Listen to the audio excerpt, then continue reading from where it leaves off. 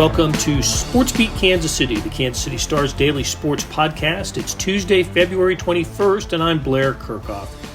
Spring training has started for the Royals, and this is the best time of year to wonder about a team's prospects. But late last week, we got to look back as well. The Royals announced former manager Ned Yost is the latest member of the team's Hall of Fame. He'll be inducted in a ceremony in September. We got a chance to chat with Yost and hear some of the keys to the 2014 and 2015 AL Championship teams, with the second one winning the World Series. Yost also weighed in on this year's young Royals and is optimistic about their development.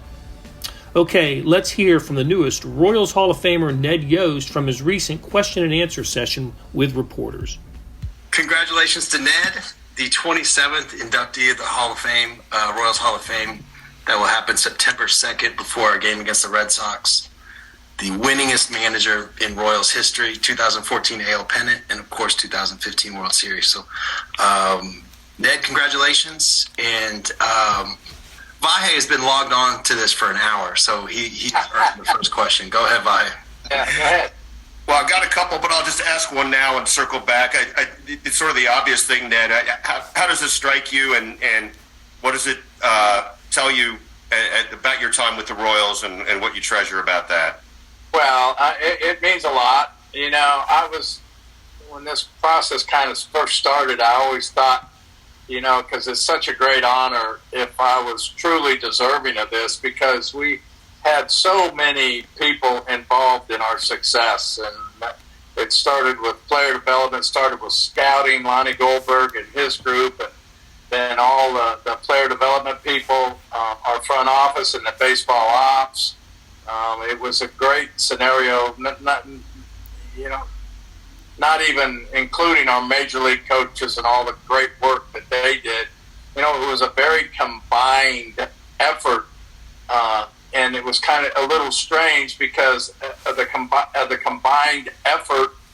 In my mind, I was the one that reaped the benefits of it from everybody's hard work. So, you know, I'm like, man, I don't know if I really and truly deserve all of this, especially this great honor. But, you know, I think the thing that kind of really helped me get through it was, you know, I thought, you know, the answer would be is if I get inducted in the first go around. If I didn't, then that would give me my answer. You know, that probably was a more cumulative effect from a bunch of great people working together. But, you know, you sit back and you look at everything we accomplished, and to be a part of it was tremendous. And even though it was a small part of it, you know, I'm the one that reaps the benefit of it. So I'm very honored to, you know, for this to happen. It's a great honor, and it's one that I truly appreciate. And just the small follow-up for now, Ned. Obviously, I'm sure you still care about the club and follow it to some degree. Have you tracked it enough that you have some sense of what's been bubbling the last year or two, and do you see it as any parallel to what happened before you guys kind of flipped the switch? Yeah, absolutely. Absolutely. I think that they are in a great position to start moving forward. I remember my last year, I was sitting on the bench with Mr. Glass, and he asked me, he said, you know, how long do you think that it'll take for this club to get back into contention? And that was at the point where we had drafted all those young pitchers, and we had you know, Bobby Witt Jr. and all these kids coming. And I told Mr. Glass that it's probably going to take 4 years. It's going to take them to the point to where they can get to the big leagues. And once they get there, it's always been my experience, and it held true with the Royals in 13, the 2.5 year mark. It's going to take them 2.5 years before they can, you know, gel together to become a championship caliber or a championship contending team. Mr. Glass looked at me and he said, that's too long. And I didn't know what he meant at that time. And I'm like, well, that was classic Mr. Glass. He wanted it tomorrow. And I just kept thinking, you know, well, that's what it's going to be. Well, last year was the 4 year mark. So I think they're a little behind, but I think they're going to catch up tremendously this year. I think they're going to make big strides forward. I like the moves that they make. I like, the confidence that these young kids are developing. I like the experience that they gained last year, and I think this is going to be a big year moving forward in terms of experience and winning some ball games. And I think it's just the start of some good things to come. All right, Andy Rogers. Hey, Ned. We never crossed paths, but I'm the new Flanny. I've been here for a couple of years now, so. But congratulations. I just wonder how you found out about this honor and what your kind of first reaction was. Well, Sam and Kurt called, and I was excited. I was out working on the farm, and I was in my skid steer, and the phone rang, and it was Sam, and I was thinking to myself, well, what the heck does he want? So I answered it, and they broke the news to me, and it was really exciting. I hadn't been paying that much attention to it. I think somebody told me that the fans were voting, and I thought, well, okay, well, what does that mean? And they said that you were up for the Hall of Fame. I didn't even know it going into this year, and so I was really excited when I got that news. All right, Blair. Hey, Ned, I wanted to just take you back to spring training in 2015. You guys were coming off the crushing Game 7 loss, and I just remember being there and thinking, boy, it should be more upbeat here, and it was really a business-like approach. And I just wondered what you remember about that 2015 spring training. I just remember the feeling that it felt like you worked so hard in 14, to get to the top of the mountain, and you're one step away from reaching the summit, and all of a sudden somebody kicked you in the butt, and you rolled all the way back down the hill again. So I knew at that point that, and our team knew that we could show up every day and win ball games, and that we were going to compete for a championship. We knew how good we were.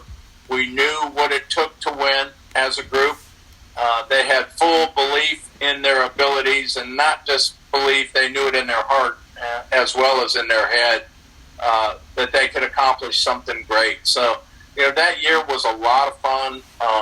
It was a year where you woke up every day excited, knowing that you were going to show up at the ballpark and win ball games. And I think that the best part about it is, and I don't care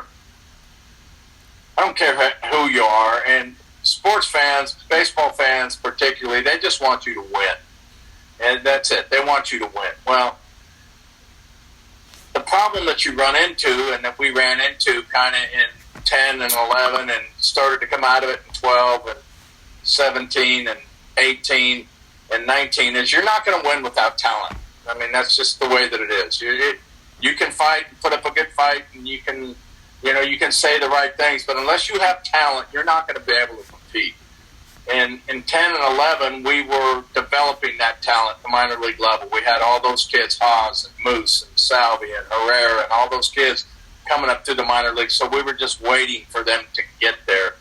In 17, 18, and 19, we were amassing our talent again, restocking, if you will, our talent again, to get to the point where they are today, where they, can start to take steps forward. But, in 13, 14, 15, 16, and even into 17, we were a talented team.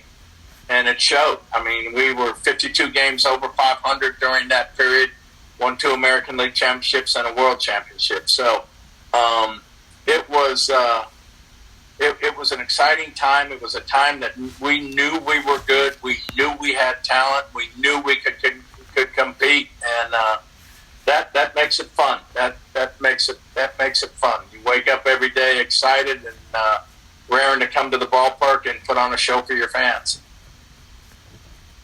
All right, Seren. Ned, I got a couple questions for you.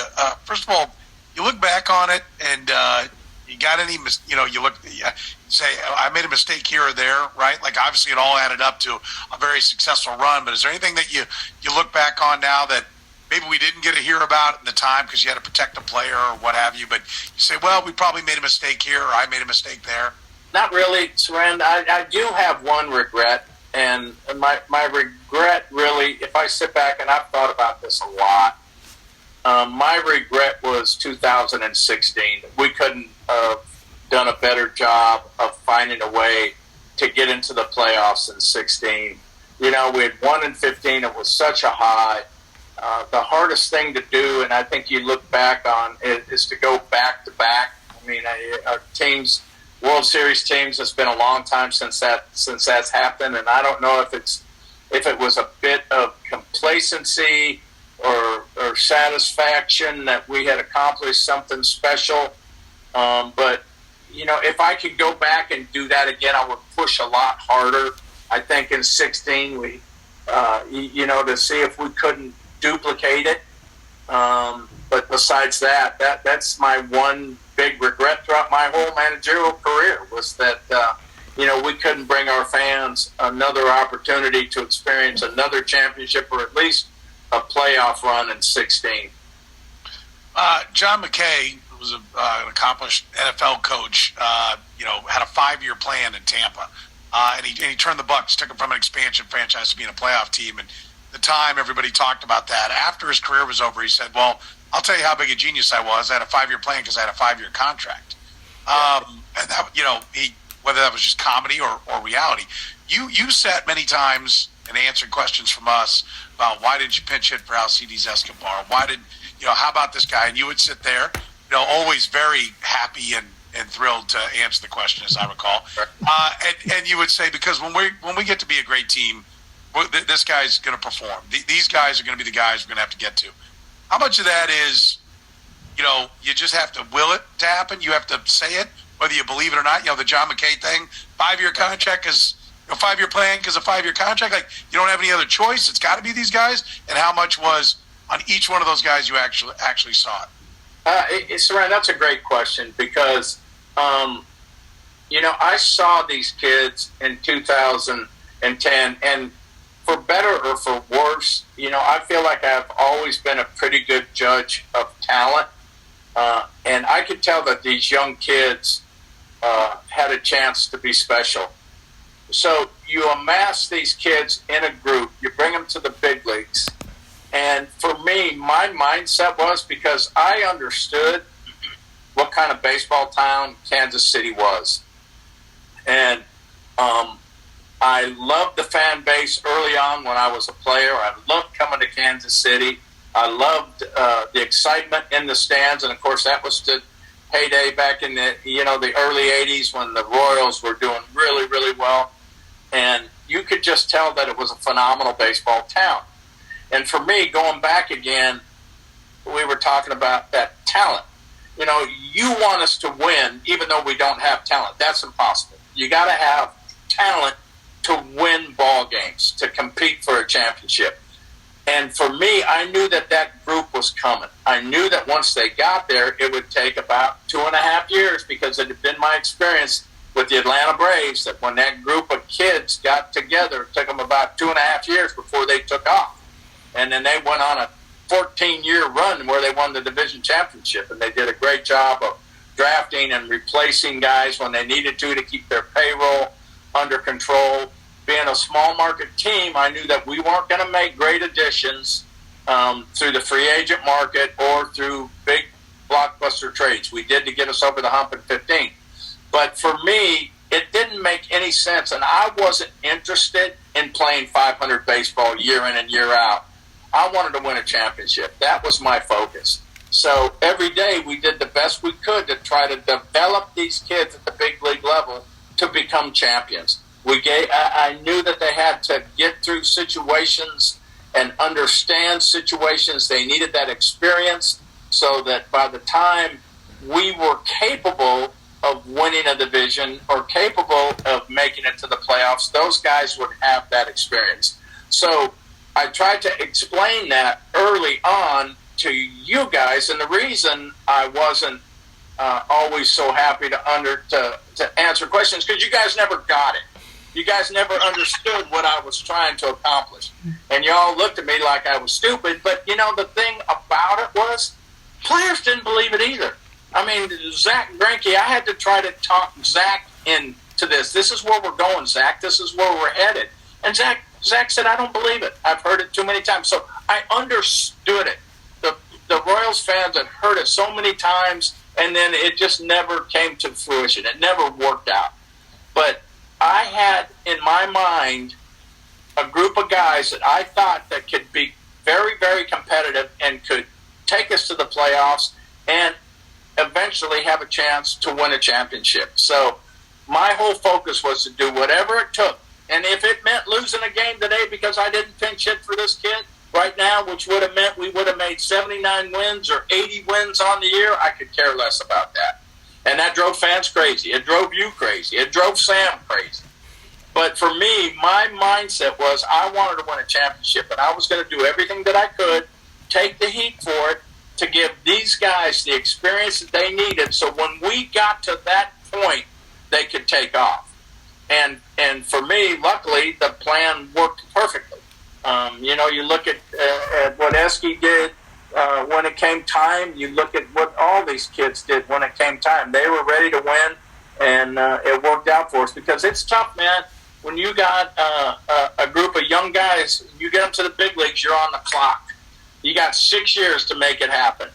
And, I knew that. I understood that. So I wanted to take full advantage of every minute that we had to try to develop these kids at the big league level, to try to give them as many experiences and as many failures, because they learn from failure, that they could get, so that when we got to that point, they would be ready to run with it, and it just worked out perfect. Last one for me, Ned, is the approach.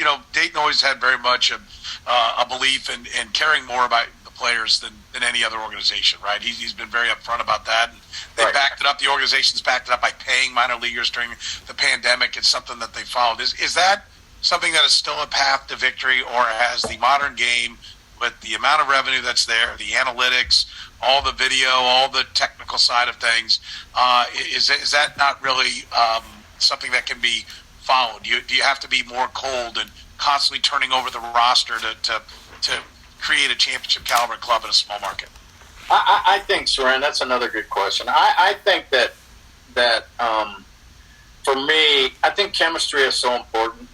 And you can do, for me, you can actually do both. I mean, you look what the job that Andy Reid's done with the Chiefs. I mean, those guys love him. They worship him. They got a very tight bond. Their chemistry is tremendous. But Andy's on top of his game. They move players. They move players that they really don't want to move. Tariq Hill and LeMahieu and these guys. They moved key players, but you still care about the individual person, and that's what it is. They're not just numbers on a piece of paper. They're people like everybody else. They've got families, and I think it's really important. And I think that's where Matt's on a good course right now in Kansas City about giving the players a bit of a voice so that they can feel a part of what everybody's trying to achieve, and everybody's trying to grow, and everybody takes ownership of it. So I think it's vitally important. There are clubs that the cold, the cold way of doing things, it works too. So it just depends. For me, I'm not really smart enough to understand which way is the best way. My way, I always felt it was important that you try to develop really, really good baseball players, but you try to develop good sons and good husbands and good fathers and good teammates along with it. And I think you can do both as long as your communication is open and honest.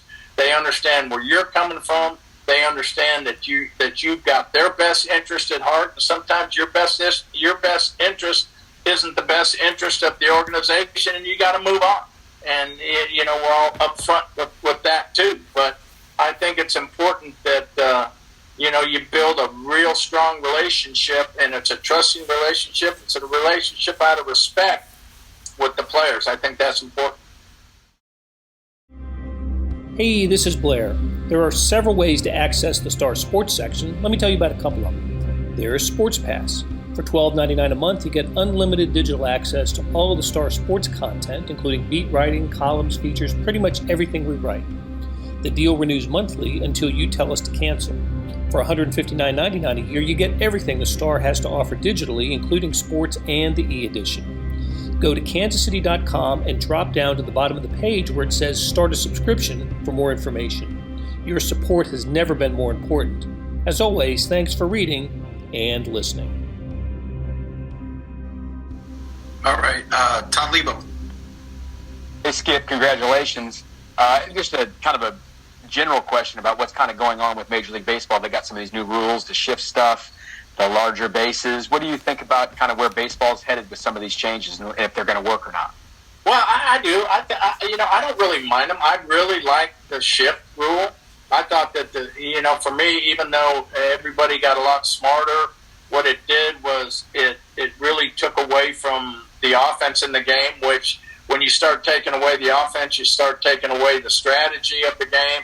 All of a sudden, you're losing the singles, guys. You're hitting doubles and triples and hitting balls in the gap, but you take away the single, you take away the bunt, you take away the hit and run, you take away the steal. There's a lot of strategical moves that I think the shift took away from. Now that the shift is eliminated, I think it's going to open up the game more. I think it's going to be more. You're going to see more action in the game. I think you're going to beat out more hits with the bigger bases, which is going to create more action in the game. I really like the fact with the 10th inning rule and a tie ball game, because you could absolutely wear your bullpen out in those extra inning games. I like that. So, I think the pitch clock is good. I think that, pitchers need to pick up the tempo a little bit. They sit out there and think a little too much. And, you watch the really, really good ones, they get the ball and go. Boom, they get the ball and go. So I like that rule. It's going to be interesting to see, how all these things play out. But I think there's going to be just a little bit of adjustment early on. And for the most part, it's probably going to be all taken care of by the end of spring training. And it's going to be business as usual once the season starts. But I'm for them. I like them. I think it's going to create more action. I think it's going to create more offense. And I think it's going to create more excitement. And a personal one, you said you're out there working on the farm. You got any big bucks the last few years? Have you gotten to go turkey hunting in the spring? What's it been like? Yeah, we've been letting the turkeys rest a little bit. We've been watching them. We've got 4 or 5 really big gobblers we've been keeping our eyes on. And, Saran was talking about a 5-year plan. I've got a 5-year plan on my garden. I'm in year 3, trying to perfect my gardening skills. So we grow tomatoes and peppers and eggplant and squash and okra and a bunch of different stuff, and we're getting better at that. But, I haven't killed a buck. We've killed a bunch of does. I saved the bucks for the kids and for guests, but we killed, 23, 24 deer on the farm this year, so it was a good year. Thanks. Congrats again. Thank you. Appreciate it. Hey. Ned, you had the talent on those 2014, 2015 teams, obviously, but I think part of the magic that people remember is the joy those teams played with, and I wonder how much that spoke to a chemistry that kind of put it over the top, and how much that feeling from that season still resonates with you. Then I'll just have one other, Sam. Yeah, it does. I mean, you sit back and, Vahe, when there's a special bond, and it's hard to explain. We did last year, I think it was the 40th reunion of the Milwaukee team when we went to the World Series.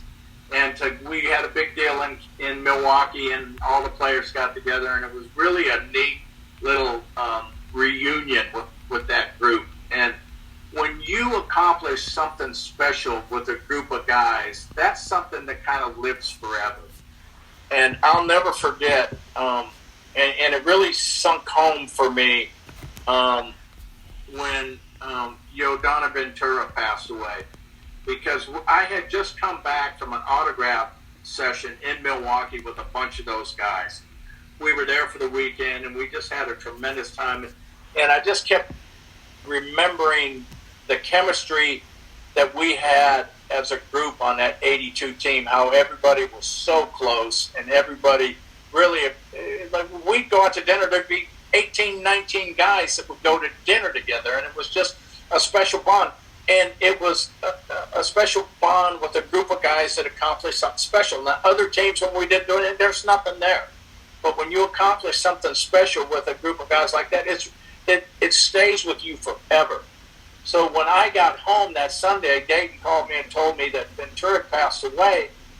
That was part of that. That's when it really hit home that it's going to affect so many guys on this team, because we created something so special that we went through the ups and downs of a 2-year period together. We all kind of celebrated each other's successes, and we all kind of mourned each other's losses, and it was a very, very special time. So there is a unique closeness, I think, with that group, just because of everything that we accomplished, and I think each and every one will sit back and remember those times, with fond memories.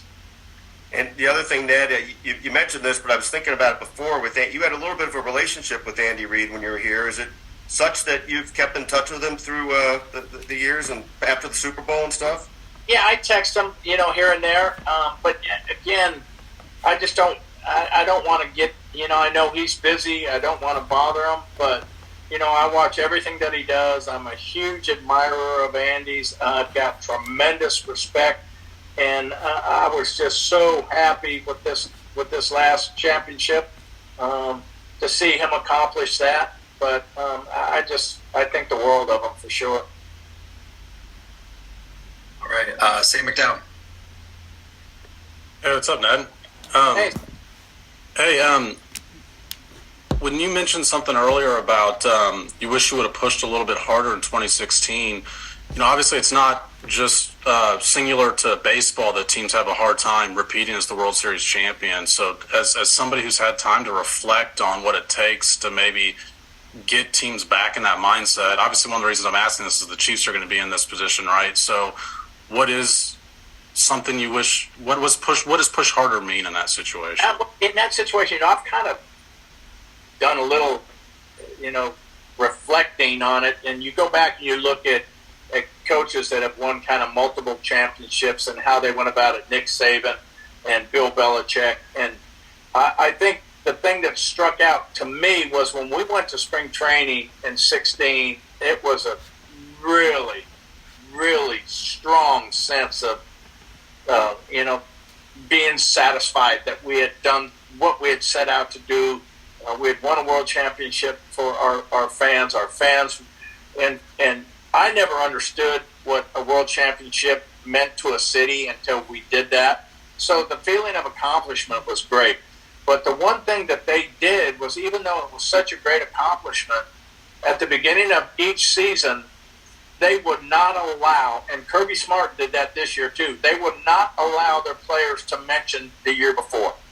They would not allow them to mention a World Series or a national championship or a football championship. That was it. That year was over.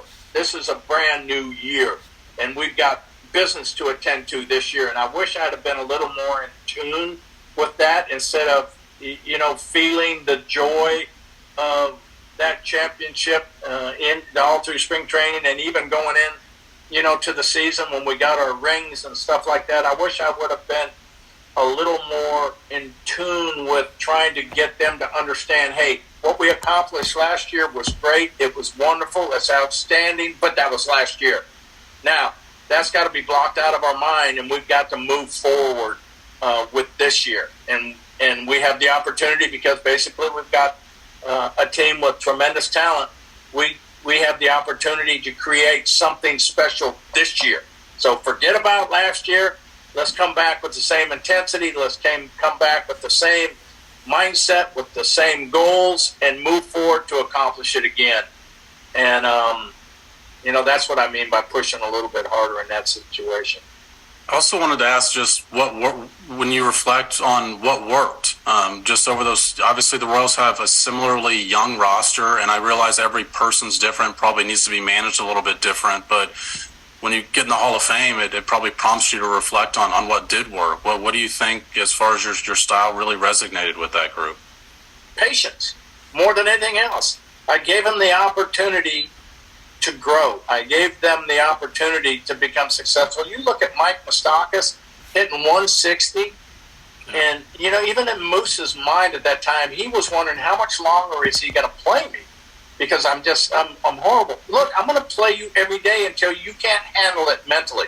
And it got to the point where he couldn't handle it mentally. We sent him back to AAA. He reset and came back and was a different player. But patience is vitally important with these young players. You have to give them the opportunity, especially if you believe they've got talent. You've got to give them the opportunity to fail, to learn, to grow, to gain experience, so that when they get down the road, all of a sudden these things they're putting in their pocket, they start to understand the game. They're starting to understand what it takes to win. They're starting to understand what it means to be a good teammate and to grow together. And you have to be able to take the pressure off of them by taking the heat, if you will, in situations when they are struggling. And just take that off them. Just say, look, I believe in this kid. We're going to be all right. And I think that was more than anything. People never really understood that. But for me, that was the key, to have patience, to let them grow, let them fail, let them continue to understand what it takes to win ball games. Teach them the game. When they make a mistake, point it out to them. This is what we're trying to get to, and just let them get to the point where they believe in themselves, because that's the final part, where they believe in their heart that they're good enough to win, compared to believing in their head. Everybody believes in their head, but there's a huge difference between believing in your head and believing in your heart that you got a chance to win ball games. And that was the thing I think that worked more than anything else, was that, hey, we got to have patience here. We got to put these kids through the fire. We got to continue to get them to grow. We got to hopefully get them to the point where they can be successful, and then we'll take off. And that's exactly what happened. Time in Kansas City is no longer. I wondered if you had any contact with him since, and if you could just reflect on his place in all of this as well. Well, again, yes, I talk to Dayton quite often still. I truly believe that Dayton was the architect of all of this, that none of this would have happened without Dayton Moore at the head of the baseball ops. He put together a team of Lonnie Goldberg, who, had done a phenomenal job of amassing talent through the draft. Their hard work every year. They did it when we ran in 14 and 15. It was all of Lonnie's and his scouts' hard work at that point. Then Lonnie has come back and restocked the shelves, if you will, after that core group left. Got really strong players, and, Bobby Wood Jr., the guys you're looking at today, the pitching, Brady Singer and all of these kids have got a chance to be really, really good players. So he put all of that together. He put together a phenomenal player development system that was important. He helped me put together a tremendous major league coaching staff. So he was the overseer over everything that happened. And everything that happened was because of Dayton. He put all the pieces in place. He sat back and he let us all do our jobs. And, this would have never happened without Dayton Moore. So, again, I get into the Hall of Fame. I'm in the Royals Hall of Fame because of the work of so many fine people in our organization. And I kind of reaped the benefits of that, luckily, for me. But there were so many people behind the scenes that made this possible, that made our World Championship possible, that people don't even know their names. And Dayton and Mr. Glass were instrumental in that World Championship, to the point where I'm not sure that we go to the World Series if Dayton wasn't in charge. That'll do it for today. Thanks to our SportsBeat KC production team of Monty Davis, Randy Mason, Jeff Rosen, and Scott Chasen. I love the morning sports edition. It's all the stories produced by the Stars staff, plus news, features, and columns that cover the nation. Go to liveedition.kansascity.com to see what I'm talking about. Thanks for listening, and we'll be back soon with another SportsBeat KC, where we talk sports in Kansas City every day.